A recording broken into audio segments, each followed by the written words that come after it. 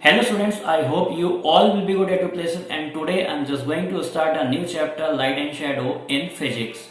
So first of all, the question arises, what is the light? Light is a form of energy which gives us the sensation of vision in our eyes. Do you know that light always travels in a straight path until and unless any object does not come in its path? These objects may be transparent, translucent and opaque. First of all, the transparent object. All those objects that allow the light pass through them are called a transparent object, like clean water and a glass. Now the translucent object. All those objects that allow some light to pass through them and stop some light are called the translucent object, like tracing paper or butter paper. And at last, opaque object. All those objects that do not allow the light pass through them are called the opaque object, like brick, chair, wood. These all are called the opaque object. After that, the ray and beams. What is the ray and beam? The straight line, the single straight line of the light is called the ray. And what is the beam? Beam is the bundle or the group of the ray. Okay, so these were some basic things of the light, and there are some many things to understand in this chapter. So let's start the chapter, light and shadow. Light. Introduction. Light is a very essential and useful component of our life. It is a form of energy which enables us to see the beautiful and colorful world around which we live in. For example, when we enter a dark room, we are unable to see the things present there. But as soon as switch on a bulb, each and every object in the room becomes visible to us. Thus, we can see the things only in the presence of light. Rectilinear propagation of light. The property of light when it travels in a straight line in a medium is called rectilinear propagation of light.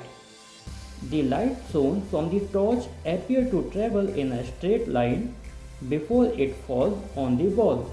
Similarly, light seems to be traveling in a straight line when a beam of sunlight enters a dark room through a small hole. Activity. To experience that light travel in a straight line, take a piece of rubber pipe, look at a distant small source of light through the pipe. Now bend the pipe gently and try to see the same source of light again through the pipe. This time you will not able to see the source of light.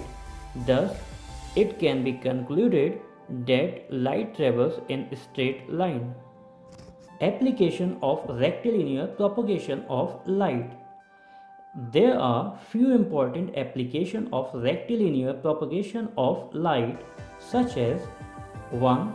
The shadow of an opaque object is formed only when it comes in the path of light. 2.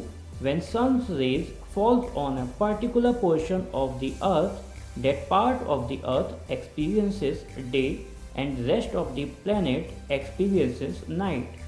3. The image in a pinhole camera forms only due to rectilinear propagation of light. Pinhole camera. A pinhole camera is a simple camera without a lens. A pinhole camera consists of a box with a small hole in a metal plate at one end and the screen of tracing paper at the other end. When a pinhole is pointed at a light source such as a candle, an image of the candle will appear on the screen. Principle. It is based on the fact that light travels in a straight line. It was first used to view solar eclipse to avoid any damage to the eyes. Working. The light from the top of the candle travels in a straight line through the pinhole, and the image on the pinhole camera screen is upside down. It continues to go in a straight line until it hits the screen. This means it must strike at the bottom. Light from the bottom of the candle strike at the top. The image formed on the screen will be blurred if the hole is larger than the pinhole. Factor on which size of image depends. There are mainly two factors on which size of image formed in a pinhole camera depends. 1. Size of image depends on the size of the object. 2. Size of image also depends on the distances between the pinhole and the object and image. Shadows. When a beam of light shines on an opaque object, the light rays which reaches the object are stopped, while those rays which passes by the edges continue on their path.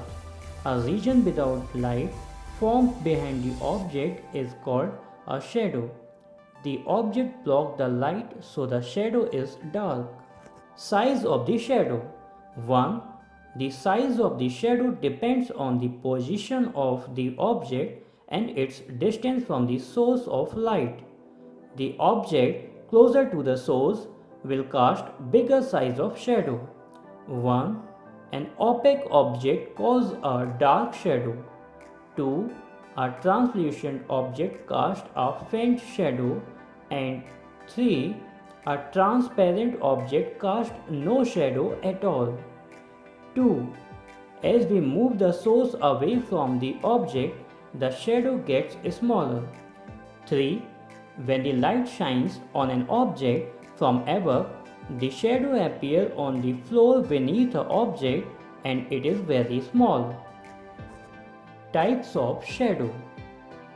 The type of shadow that is formed depend on the size of light source. 1. Shadow due to smaller source of light. Umbra. If the source of light is very small, only one dark shadow is formed. This is known as umbra. 2. Shadow due to larger source of light. Penumbra. If the source of light is big, such as candle or bulb, there will be two shadows. A dark shadow called umbra in the center and faint shadow called penumbra on the outside. Natural shadows. Eclipses. Eclipse is a shadow formed in space that makes the sun or the moon invisible sometime. 1. Eclipse of the sun, solar eclipse. If the moon comes between the sun and the earth, so that the earth darkens during the day, solar eclipse occurs.